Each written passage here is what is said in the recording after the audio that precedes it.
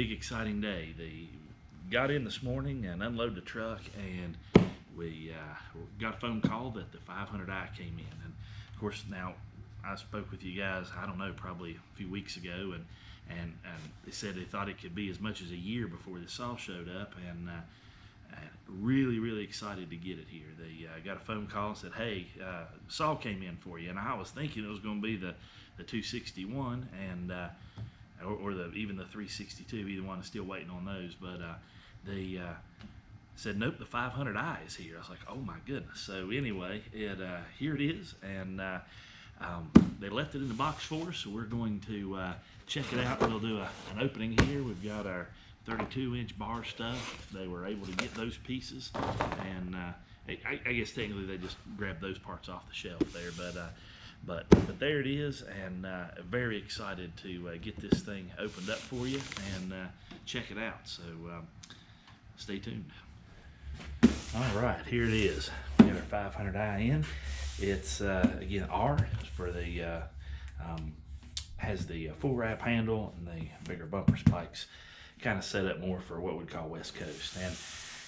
And again, I don't know of any others of these around here on this side of the country, so we're really blessed to have the opportunity to have one of these. And it's they gave me a call, and there the other day and said, hey, we got a saw in for you. And I thought, wow, that's going to again be the 362 or the 261, and turns out it was the 500i. And so made it up there last night, picked it up, and just got it out of the truck this morning, and going to for the first time here cut the tape on this puppy. Now the box is a little bit damaged, but I guess coming from Germany to Ohio to Summersville, now to Fayetteville, we can have a little bit of that. But I want to show you what we have inside here. See what we've got. Now this thing up, I kind of tuck the flaps down in the top. A little bit tricky. There we go. All right, there's that. What do we have inside? We've got a neat little kit there for the screech. And again, I really like these screeches that are short for these Western handled saws, or the R saws, because this shorter one here will fit between the handle and the bar clamp. So that's really nice. And have our owner's manual and the saw. There she is right there. I want to look at these numbers and stuff and see what they how they compare to the 462. All right, so here are pieces there, and good looking saw. I do like this profile here where it touches the table.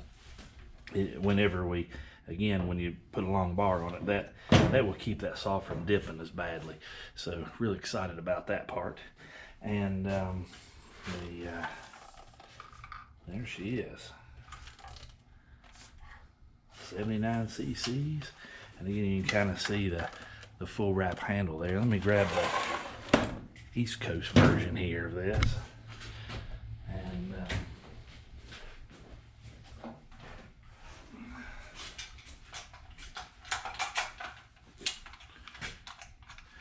again, for some folks that may be wondering what we're talking about on the full wrap handle versus this is a wrap handle saw, and this is considered a flush handle saw. So you can see how this handle sticks out from the side and how this one does not. Now this saw is a lot better if you're just working a landing or lemon or something to where you're not really needing to have all this other area to grab. And or if you're cutting, I've got a gentleman I was talking to the other day. He was in the class there, oh man, 5 or 6, maybe 7 years ago, and he runs a 661 that's ported and polished and all kinds of good stuff. But he runs a flush saw because they cut a lot of veneer stuff, and this is wasting valuable log if you're this much further up off the ground, because this will dig in the ground if you're trying to get real close to a stump. Then that can be an issue. So again, Is this the perfect saw handle setup? No. Is this one? No, but they each have their spot, and that's what again, the kind of purpose to show you these differences, and for what your application might be. You might be an application where this is really handy. I love these for felling because I can get the saw right where I need it to be, and not be fighting with the problems of having to walk around the tree all the time. With a saw like this, you're always on the right side of the tree. You're never on the wrong side. So, but anyway, that's just a little bit about the differences in the two. And like I say, we're going to check some part numbers here on these clutch housings, or I'm sorry, the bar clamps, clutch covers, and see what we have as far as similarities rather to. Let me get our. Again, you can kind of see how these little short ones will still fit down in here and let you work them. And I really do like that, these shorter scrunches. The others just have a longer tube in them there. The socket part's a little longer.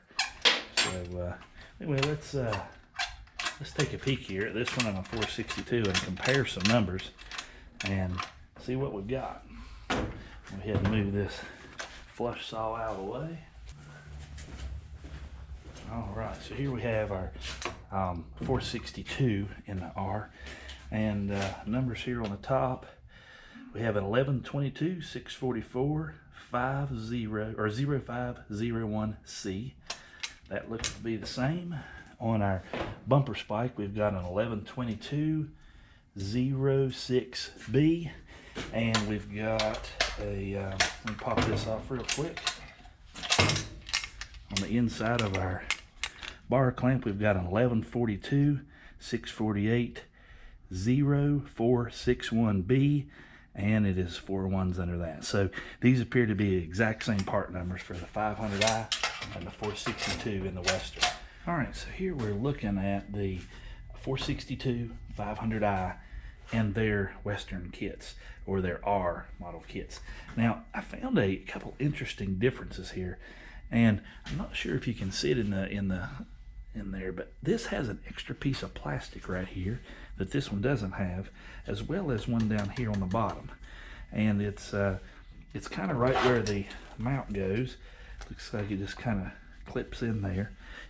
Kind of see that neat piece. This 462 does not have that, and I'm not exactly sure what the purpose is. I'm sure that after running it for a while, we'll figure out what that's all about. But don't know if it's to help with airflow or what. But anyway, that's a subtle little difference. Also, the top is, let me get this around here where you can see it good, is kind of angled forward right here. So it kind of comes, can you see the, yeah, you can kind of see the 462. It's kind of a straight plane around through there. And I'm pretty sure, yeah, the 461 the same way. It's really similar to the 462. Probably now it's a little different on the bottom. The 461 has a little different shape down here on the bottom on this handle than the 462 does, but it's similar in that upper profile there across the top.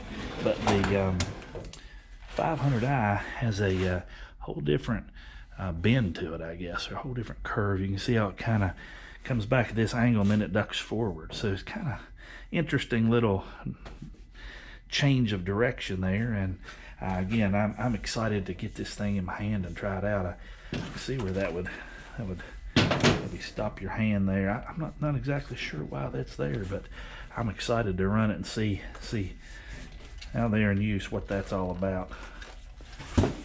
All right, a quick little bit of explaining on this box. As you know, it's not a practice for STIHL to let boxes go out the door, saws in a box. That's kind of well, it is frowned upon, because they are set up as a you can only buy a saw from them in person from a servicing dealer. You can't just hop online and order it from someone and show up in a box and be good to go. That's not the way they operate.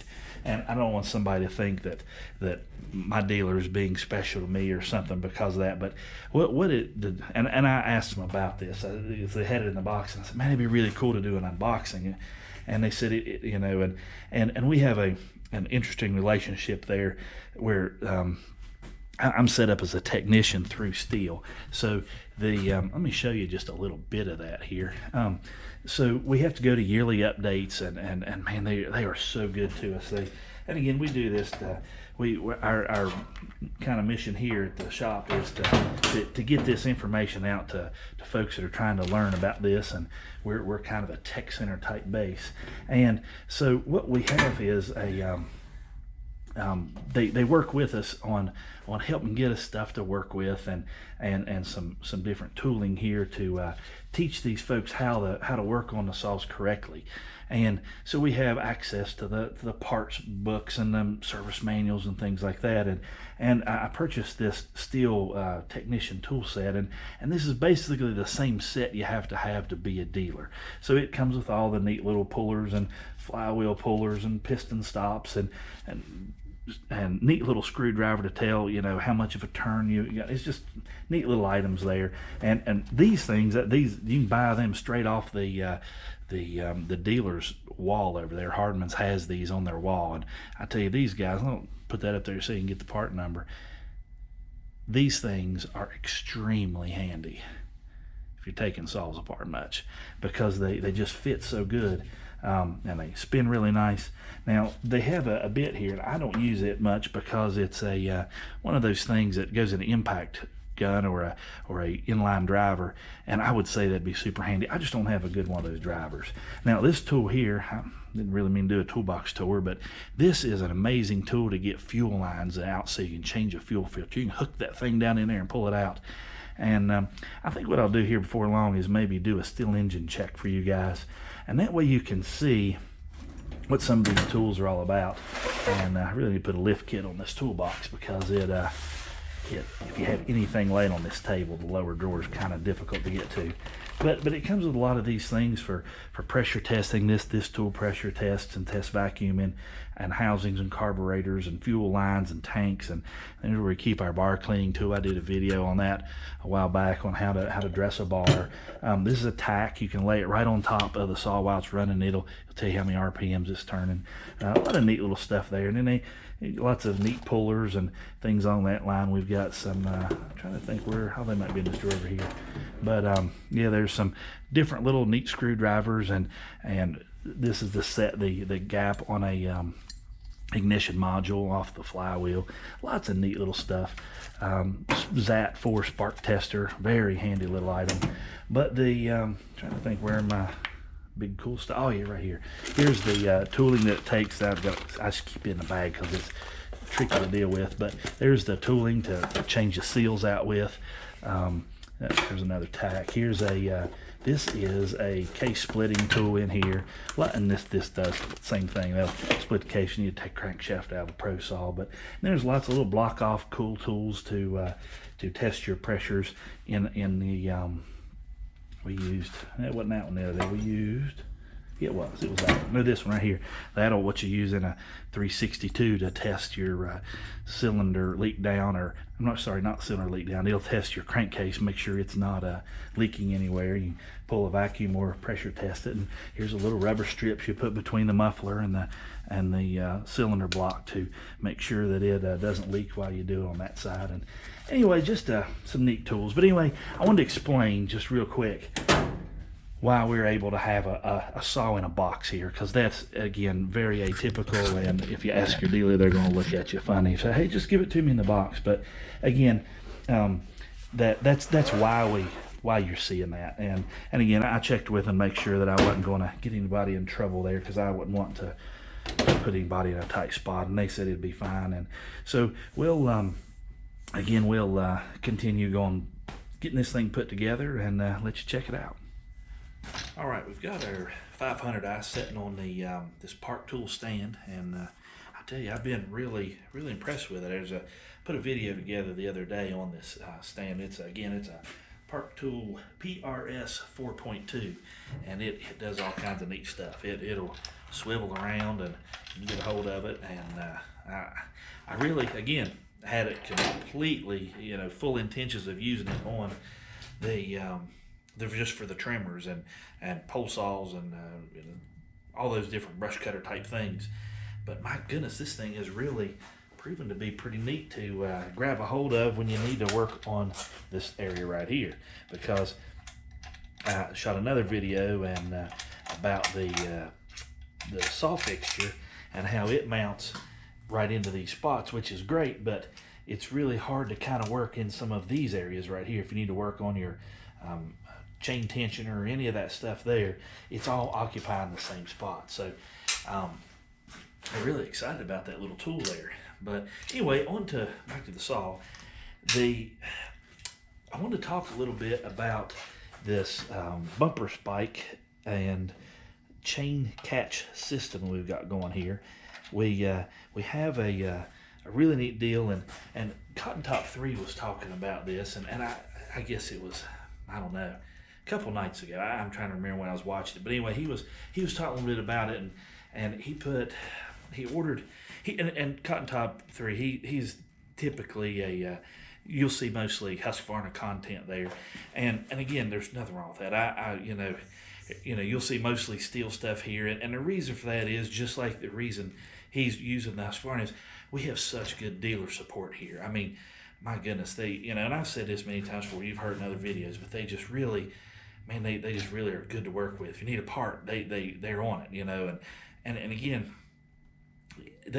all machines are, it doesn't matter what machine you have, it'll have a strong point, it'll have a weak point, goods and bads and everything, but it really doesn't matter how good or bad it is. If you can't get a part for it, the whole thing's worthless. So, or if you don't, you need some help figuring out something that's wrong. I mean, man, I tell you, a good dealer and a good dealer network and good distributor, Bryan Equipment is our distributor, and if there's a problem and the dealer can't figure it out, they can run right straight to Bryan. They'll look at it. They have a group of techs up there that are amazing.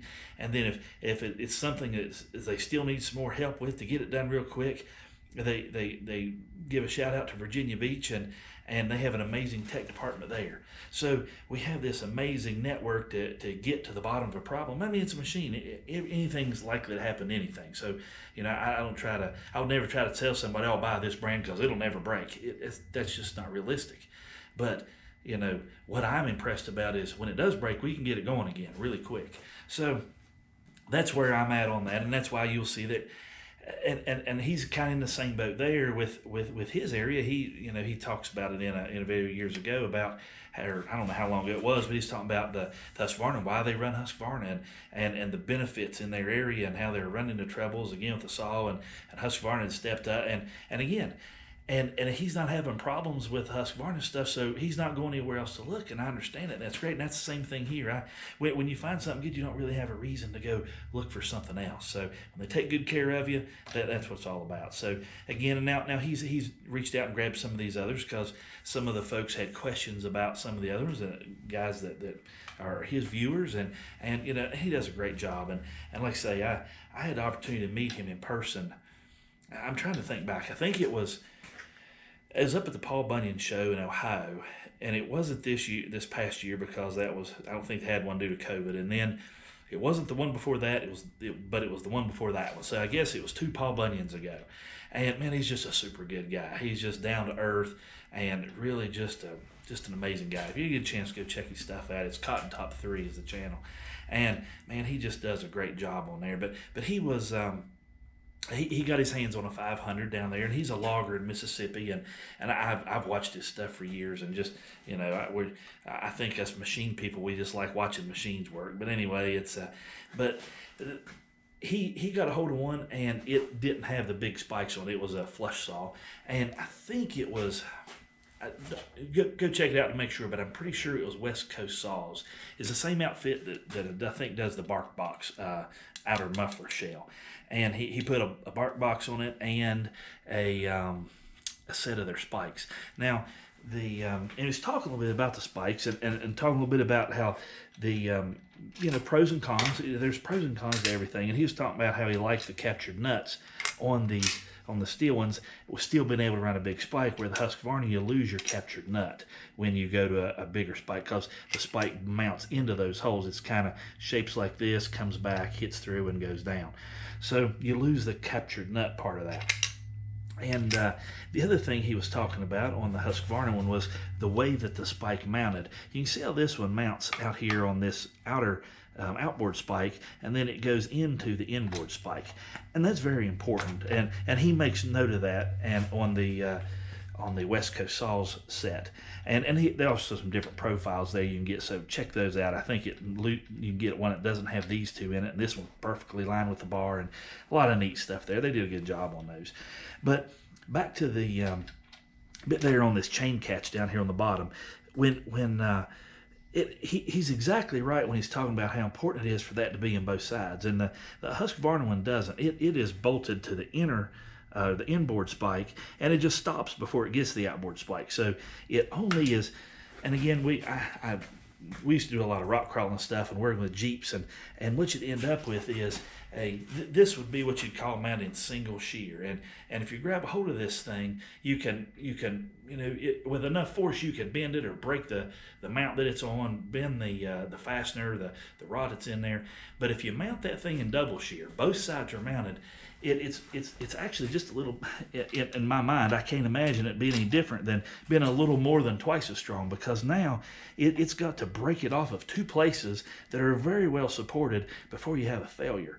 And that is a big deal when that chain breaks and you've got a lot of momentum and it runs around there and stops in that catch. And it's not as likely to fold something out of the way.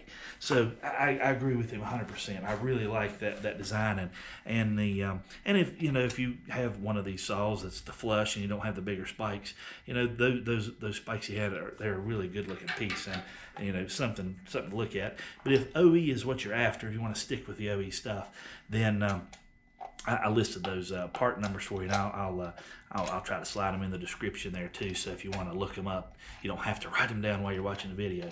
But these, I really like how this is in double shear, and it still retains your captured nuts. It's just a really nice setup. And another thing too, that I guess while on the topic of this saw running, I shot a video a while back. I think it's called 500 versus the pack or something like that, and it has I think a 440, a 460, a 461, 462, 500i, and then I threw a 660 in just for fun to kind of bring the 500 to its knees, and the 500 whooped it too. But at any rate, I said all that to say this: the air filtration on the 500i on the flush saw, that's one was we used in that saw comparison. That saw was a saw that I haven't tallied all of it, but I'm going to say is really close to 15,000 feet.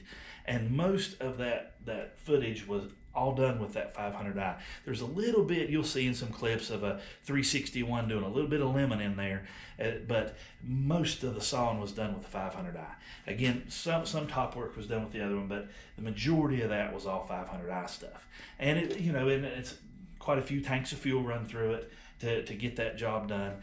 And and I'll try to get a tally on that for you later on, to just so you know exactly what that was.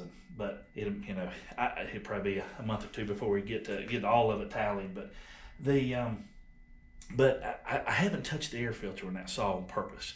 And what it did, the filter has never broken contact from the base. Now I've pulled the top off and looked at it and put it right back on, and there's some sawdust in it. But the interesting thing was that saw, 509, when we did that saw competition, did all that job, and I, again, haven't touched the filter on it, and then we ran it in the competition with the dirty filter. So all of that saw footage was done with a filter that's done all that work. So it wasn't like a fresh out of the bag, brand new air filter. And again, I was just extremely surprised, number one, at how it competed against the 660. And again, we were running in poplar. I mean, it's not the hardest to pull through wood, but again, it really impressed me. I was really suspecting the 660 to just eat it. But But again, I'm gonna try to do some more cut, maybe a little with and without those filter, with a clean, perfectly clean filter, and that filter that still has material in it, to kind of give you a little bit of idea what we're looking at time-wise. If the filtration, again, I did that but to see how this airflow goes, because that's a big complaint from a lot of other folks out there. They say they don't like the way the airflow flows through the filter part of that saw, and just kind of looking at it, seeing what it does. And again, I am a believer in changing filters and keeping them clean, but just to kind of see how that one's doing with some use on it. And that one, again, hasn't been tapped, hasn't been blown out, is 100% original one it came with from the store. So anyway, just an interesting thought there. But I'd like to here just as soon as we get this one together, we've got a 661 sitting over there on the shelf, ready to go. I'd really like to maybe do another saw comparison. And what's kind of on my mind, and again, leave in the comments what you'd like to see. If one of them's not interesting to you, we'll take it out, or if you think, hey, throw one of these in there, if we've got it, we'll throw it in there. I'm thinking about doing the 461, the 462, the 500i, and the 661, and then maybe sliding in the 660 just to see how it's doing compared to the 661. But anyway, that's kind of what's on my mind. And here soon we've got an 880 that we're redoing that I might even throw that in a video down the road. But I'm going to try to do that one here before too much longer, so you can actually watch this guy cut, see how it's going to do compared to the 660 and the 661. Because I thought that the 660 would really eat this guy's lunch, or the other one, and really surprised. So anyway, if you get a chance, go check that out. And the other cool thing is I've got some logs now, and you may have seen them in the video. I think it's titled Field Trip to Columbia Forest Products. But those, I was able, a buddy of mine there, Chris, he was able to get us some logs that are perfectly round. They run them through a big lathe, and they're 100% perfectly one end to the other, same diameter, no bark. And we got them pressure washed yesterday, and getting really excited to get that thing up on a rack and start doing some sawing that's just about as scientific as we can come up with. So, but anyway, that's what we're looking at, and we'll get this thing finished up, put together. Alrighty, let's ease our bar onto this saw. Boy, that's a thing of beauty right there. 105 drive links, 32 inch, 80 centimeter, 3/8, 50 gauge. Oh my, that is gonna look good. Yeah, all right, now, I've got some new chain in today that is a whole new roll of the, I'll just show you what that looks like. This is the carbide, comes on a big roll here, and man, it is some really good stuff. And I think there's a video of making some of this chain, making where we break it, or count out the links, break it, then spin it together, all that good stuff. And there's a video of that up, so go check that out. But and again, this is primarily what we run, but what I want to do with this saw is I want to do a little comparison between long and short on the different saws. So to make it as much apples and apples as I can, I'm going to run an RS chain on this, and there's one in the box here. Yes, here we go. All right, so here we've got our 33 RS chain, 105 drive link, and kind of got a little hard on it. I guess I pinched it up in the box there, but this is again, so we can kind of see a speed comparison of running with a long bar and a short bar, to see if we have a big loss in running those longer bars. I've heard some people mentioning that concern of wasting power running the bigger stuff. So again, I think what we're going to do is maybe try that out a little bit and do a kind of real world test. And I just straighten that out by hand. That never happens for me. I have to usually find a table to do that. But anyway, so this is a brand new out of the box RS chain. And again, before we put this in the woods, it'll end up with a carbide chain on it. But it's a this will help us with that little bit of a comparison time there. And yeah, that looks good. I do like these light bars. Boy, they are really amazing. You back that off a little bit. I've still got that thing tight. And but we'll ease this thing off. And so we'll put this thing together again, and get back up on there, you. So what I'd like to do is run a couple cuts with the 20-inch chain and the 20-inch bar, same composition, again running with the 33 RS, and then putting the then also doing it with this 32-inch, see if we have much loss there, because I don't know. That's I've heard people voice that concern and saying you're losing power running the bigger bar. I don't know, so we'll see what the clock says and go from there. But anyway, so I'm going to go ahead and outfit this one with the big bar first, and we will run this bar and this chain through. We'll probably do this one on I don't know, maybe we'll just do it on all of them.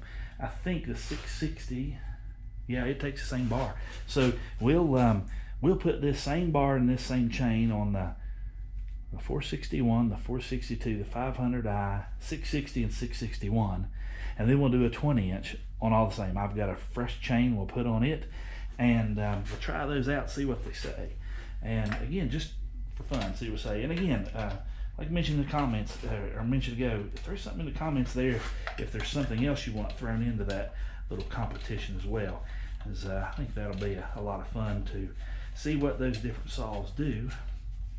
And snug it down just another tick and call that good. Yeah, that looks real good. And again, I like to be able to have the opportunity to put the hand back here where it's a little safer. And I'm really falling in love with this little stand here. I really never dreamed it would even be anything at all to be used in chainsaws, but wow, this is super nice for installing bars. Now I want to go ahead and preload that, and I'm getting pretty snug there. So again, I'm going to lift up on the tip of that thing and get it preloaded up, snug it down. This thing to where we're, again, I mentioned it before in a move that back so my fingers aren't in there.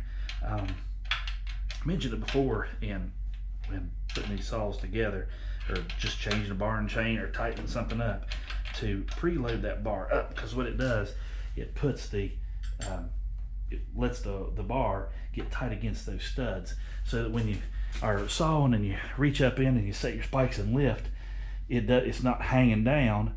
And because if it's hanging down and you lift, it'll start working loose right here. So you always want to preload that bar up when you tighten it. So we'll double check our tension. That looks really good.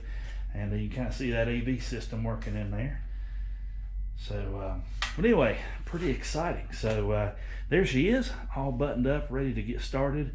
Again, we'll hold off on putting fuel and oil in it till we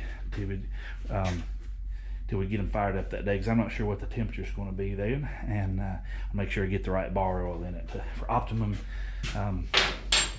performance. So anyway, really excited. Again, some neat little differences here from the 462, the 500i, and some of these plastic pieces, the curvature of the handle. Again, really super excited, and I really appreciate folks up at Hardman's getting this in for me. And I tell you, it's been a long time coming to get this saw in our hands here. So it's been just a tick over a year, and just really excited to fire it up. So hopefully we'll get to fire this thing up and let you check it out real soon.